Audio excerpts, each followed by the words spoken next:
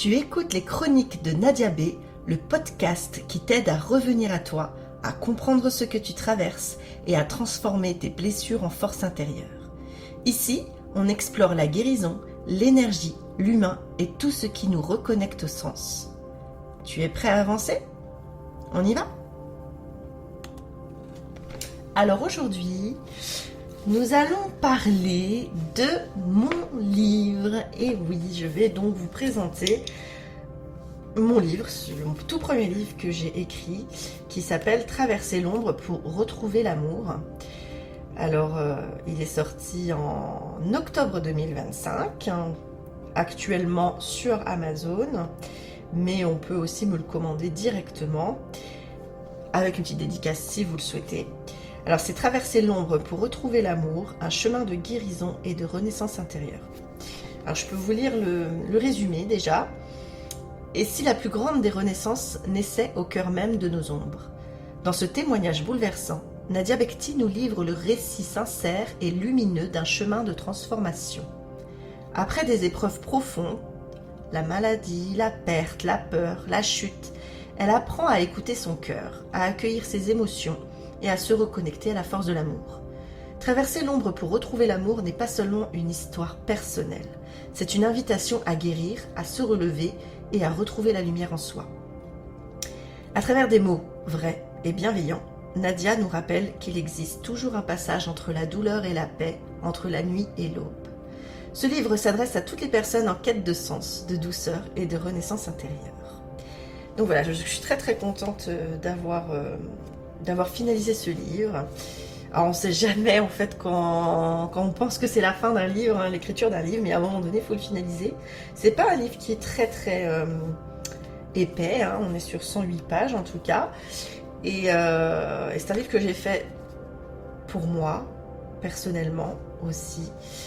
Au niveau thérapeutique, ça m'a beaucoup aidé, mais prioritairement, je l'ai fait pour pouvoir aider les personnes qui ont passé des moments difficiles dans leur vie. Et j'explique dedans, en fait, par rapport à mon histoire, à mon vécu, comment j'ai réussi à me relever derrière. Donc voilà, donc j'espère qu'il vous plaira pour ceux qui, en tout cas, désirent l'acheter. Et ce que je vous propose sur ce podcast, c'est juste au moins de vous lire la préface. Alors voici la préface de mon livre. Noir. Ce mot résume parfaitement la période la plus éprouvante de ma vie.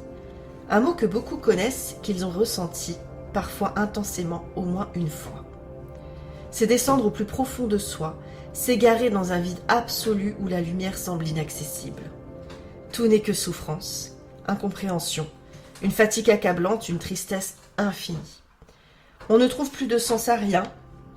Ce ne sont des peurs qu'étouffantes, une douleur intérieure incessante, l'enfer en soi. Burn-out, dépression, anxiété, nuit noire de l'âme, mutation profonde, autant de mots pour décrire en une même réalité, un mal-être profond qui engloutit. Certains y voient des maladies, d'autres des expériences spirituelles, mais peu importe les distinctions. Ce qui est universel, c'est la souffrance. Elle est insupportable, même si l'on promet qu'au bout de cette épreuve se trouve une forme de lumière. Dans ces moments, tout semble figé. Pourtant, l'existence est en mouvement. Notre esprit a cette capacité à se réinventer, ce que l'on appelle la plasticité cérébrale. Mais quand on traverse l'obscurité, il est difficile de croire en un quelconque changement. Quelque chose en nous se brise. On a l'impression que plus rien ne sera jamais comme avant, que la joie et la confiance d'autrefois se sont définitivement évanouies. On lutte pour survivre, souvent avec si peu de moyens. Ces ténèbres, bien que des personnes les traversent, mais rares sont celles qui en parlent ouvertement. Ce mal-être, qu'il soit physique ou psychique, est souvent mal compris. Trop vite assimilé à une simple déprime passagère, il est parfois perçu comme une faiblesse. Et pourtant, il est tout sauf anodin. Nous vivons dans une société où la performance prend le pas sur l'essentiel, où l'apparence éclipse l'authenticité et où la course au rendement nous vide de notre énergie. L'individualisme détrône la solidarité et les relations superficielles remplacent souvent les liens véritables. Ces déséquilibres nous épuisent. L'esprit et le corps finissent par céder. La Terre elle-même reflète ce mal-être à travers ces bouleversements climatiques.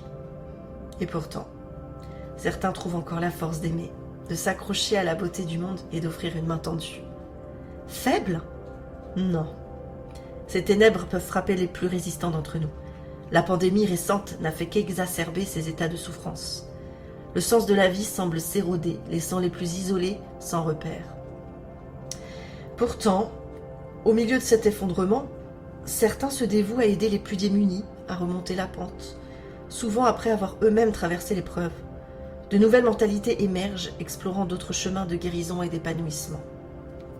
Alors cette vague de souffrance collective marquera-t-elle un tournant ? Sera-t-elle l'étincelle qui éveillera enfin les consciences ? À bâtir un monde fondé sur l'amour, la sérénité et la compassion ? Je l'ignore, mais je veux croire qu'un changement est possible. Ce que je sais, c'est que même plongé dans l'obscurité, il est possible de s'en relever et de retrouver un chemin vers la lumière. Avec de l'aide. Peu importe la méthode, médecine douce, médecine traditionnelle, thérapies diverses, médicaments. L'important est de guérir, de retrouver la force de vivre, d'apprendre à s'aimer à nouveau. Explorez, essayez, trouvez ce qui fonctionne pour vous. Et surtout, ne vous laissez pas freiner par le jugement des autres. Prenez soin de vous, car rien n'est plus précieux que votre vie. J'ai commencé ce livre au cœur de ma propre obscurité.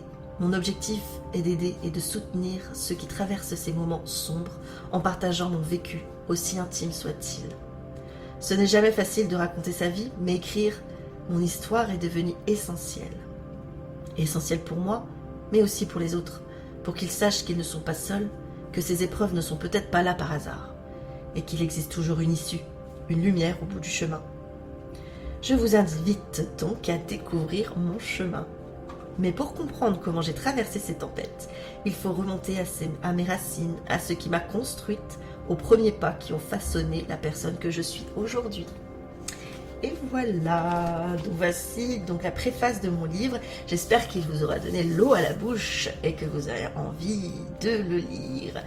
En tout cas, je vous remercie de m'avoir écouté sur ce podcast qui est très important pour moi parce que je présente quand même mon premier livre. Et je vous dis à bientôt pour un autre épisode, un autre podcast. À bientôt!